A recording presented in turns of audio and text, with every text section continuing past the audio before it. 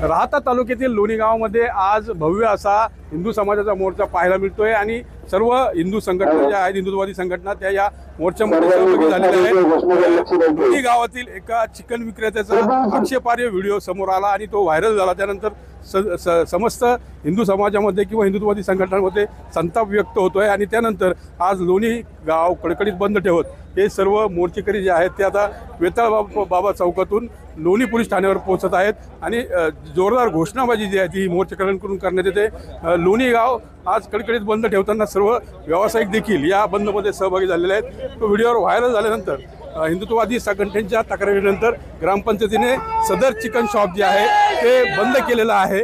मात्र तरी दोषी जे आहेत त्यांच्यावर कठोर कारवाई व्हावी अशी मागणी हे मोर्चेकरी करतायत आणि हा सर्व परिसर जो आहे तो आता घोषणांनी दणाणून गेला।